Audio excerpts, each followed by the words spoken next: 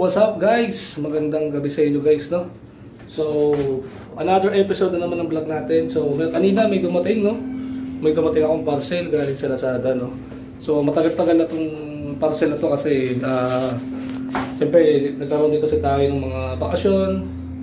Siyempre, baka yung ating in-orderan is nagbakasyon din. So, okay lang kasi importante dumating na. So, January ano ngayon? January 5 ngayon, no? So dumating na siya. Kasi ang nakalagay kasi doon is get by January 3 to 7.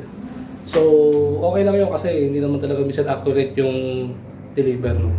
Itong parcel na to is ano to, sa motor ko to. Mamaya kakabit natin, papakita ko sa inyo yung pagkabit ng kaha.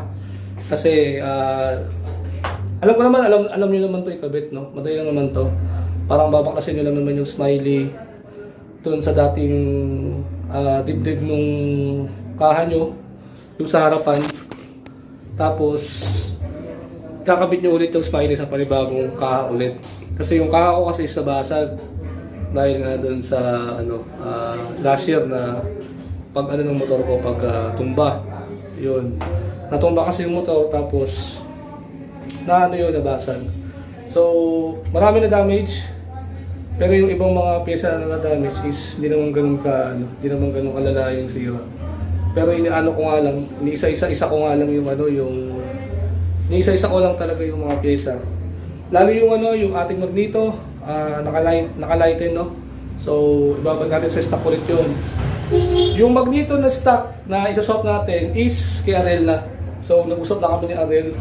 Sabi ko, mahaba-haba kasi bakasyon namin, kaya I decided na next year na lang. So ito yung next year na yun, 2026.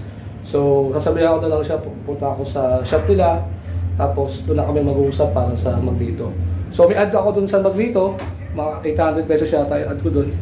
Tapos ewan ko lang yung shop niya na pang Honda Click, kung meron na pang bumili. Kasi mahaba nga yung shop nun. Kasi maganda rin pag mahaba ang shop kasi pang paano rin ang motor yan. Pampataas din ang upuan ng ng motor. Pwede kasi tendency, umangat yung umangat yung bangka, yun, tapos umangat din yung upuan, tapos tataas yung motor. Ewan ko kasi, nakatry na pala ako ng motor, last year lang nakatry ako ng motor ng Honda Beat, yung latest version. So si RJ yung may-ari nun, dahil sinamahan ko siya bumili ng langis dito sa Tanyong, Marikina, bumili siya ng langis. Pero kasi tayo kaya opinion sa mga riding experience. Tapos ako din kasi mismo, hindi ko siya masyadong recommended kasi may mga talaga tayo Meron talaga tayo sariling sitting position, motorcycle types. May iba kasi gusto NMAX kasi NMAX daw kasi is mas relaxed position doon. Tapos yung mga Aerox daw, minsan daw yun, para sa mga mga aggressive sport. So, in a meanwhile, wala. Ako, para sa akin, meron talaga tayo kanya-kanyang experience talaga. So, kung saan ka komportable, doon ka. Diba? Yung mga karamihan kasing nagbabalak na bumili ng motor dyan is, tandaan nyo guys, yung mga nanonood sa video natin dito sa ating YouTube channel, yung mga nagmumotor, karamihan sa inyo, choose wisely. Piliin nyo kung ano yung nasa puso ng motor. Kasi hindi kasi natin pinupulot ng pera. Kumbaga, bumibili tayo ng motor para maka-experience tayo, makapag-ride sa mga lugar na gusto natin. And pangalawa, magagamit natin yung mga motor para sa mga trabaho. And most likely, syempre, mga kabataan na yun, mga estudyante pa lang, nagmumotor na sila. Sa service nga. Kasi nga, traffic na ngayon. Lalo ngayon, tapos na ang Christmas season, tapos na ang holiday. So, yun nga, bumabalik tayo sa reality ulit. Mga pasok na yung mga estudyante, may mga pasok na yung mga nagtatrabaho. So, lahat ng kalsada ngayon karamihan is fully loaded na ulit pagdating ng gabi, umaga, mga rush hour. So, kaya tayo nagpumotor para less hassle tayo sa traffic. So, anyway, ito, bubuksan natin itong parcel na to. So mamaya papakita ko sa inyo yung kung ano yung binili natin dito sa parcel na to. 10 seconds later. So, ito na yung parcel natin guys. Tinanggal ko na yung kanyang Tinanggal ko na yung kanyang ano tawag dito, yung ano, yung wrapper, no? Yung ano, yung smooth na wrapper. So, ayan, mamaya bubuksan na natin to isa-isa para mapakita ko sa inyo kung ano laman ito. Ang tawag pala dito, bubble wrap pala. Ayan. A little longer than a few minutes later. So mga kaibigan, ito na. Na-unbox na natin ating parcel.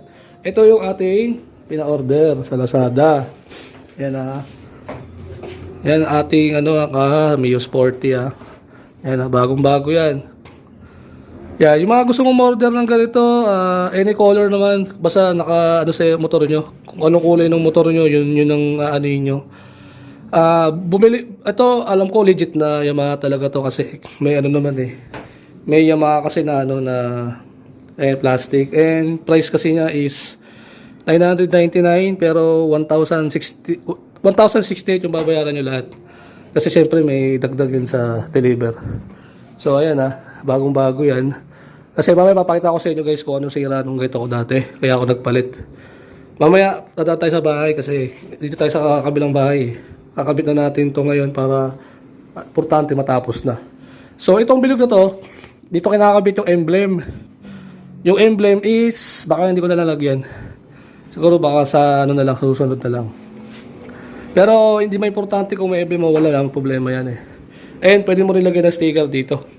So yan napakita ko na sa inyo yung fairings tawag dito. Ito yung kinakabit sa harapan. Ayan may dalawang butas dyan. Lagay ng tornilyo yan Mamaya kakabit na natin to. A few minutes later. Hello guys, what's up? Magandang gabi. Ayan, dito tayo sa bahay, sa kabila. Ayan ito yung kabilang bahay namin.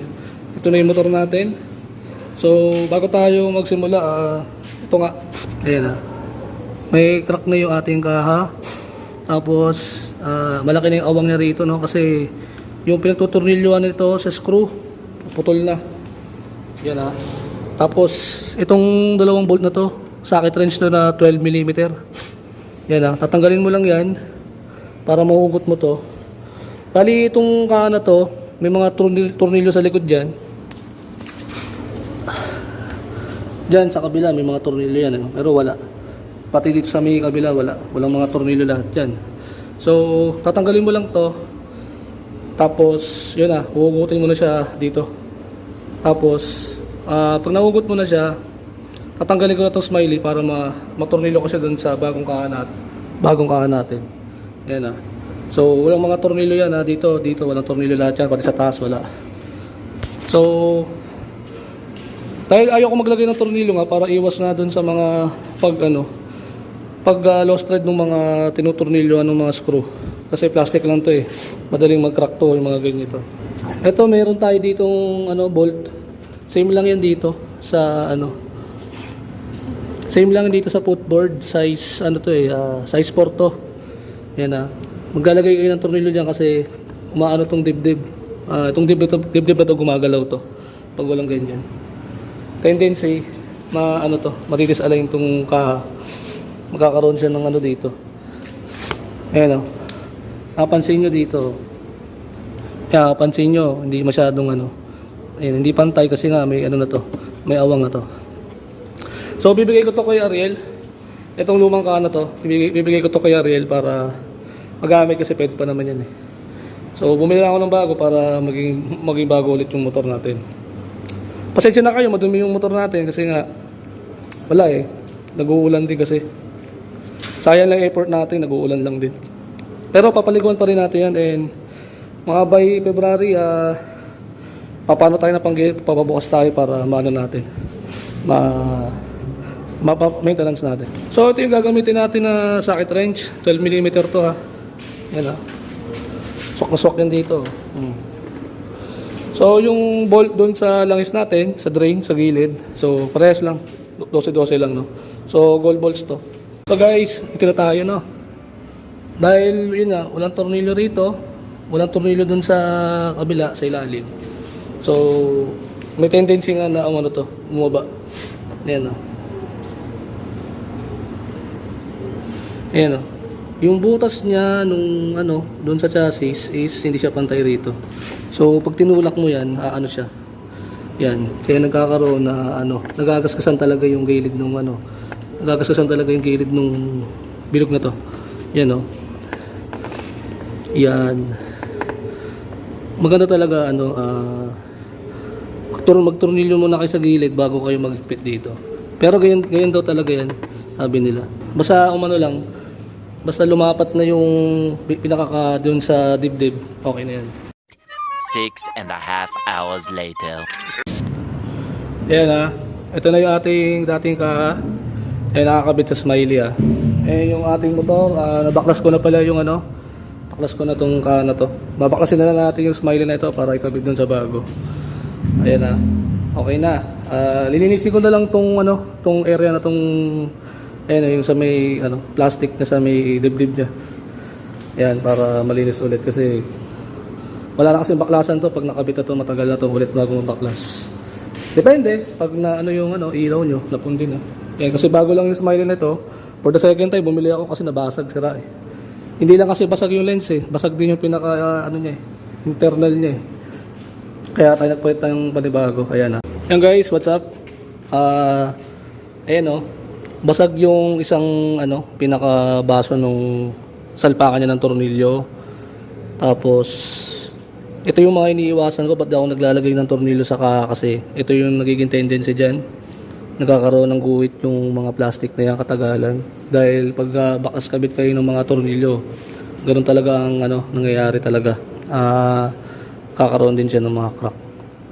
So, ito kasing mahaba na to, yan kasi yung naglalak doon sa na yun para mag-secure siya. So, para sa akin, mas mas okay na sa akin yung dalawang tornilyo rito. Tapos, siguro, dito na lang tayo siguro, dito na lang tayo maglagay ng tornilyo sa dito banda. Dito tayo banda maglagay ng tornilyo. Kasi itong tornilyo ito yung sa ilalim. Tapos itong isang tinuturo ko is, doon nakalak yan sa kabila, sa harapan naman yan. So, itong tornilyo na to is itong butas na to is tornilyo rin yan. Doon yan sa doon sa may gitna ng dibdib. Maganda rin lagyan yung tornilyo yan para secure. Yan kahit di nyo na kumpletuhin yan, huwag nyo na nalagyan ng tornilyo lahat. Basta importante dyan malagyan nyo ng tornilyo kahit dalawa lang. Yan Pero nagpabili nga tayo sa ate ko sa TikTok ng tornilyo. Apat yung binili ko. 4 na piraso.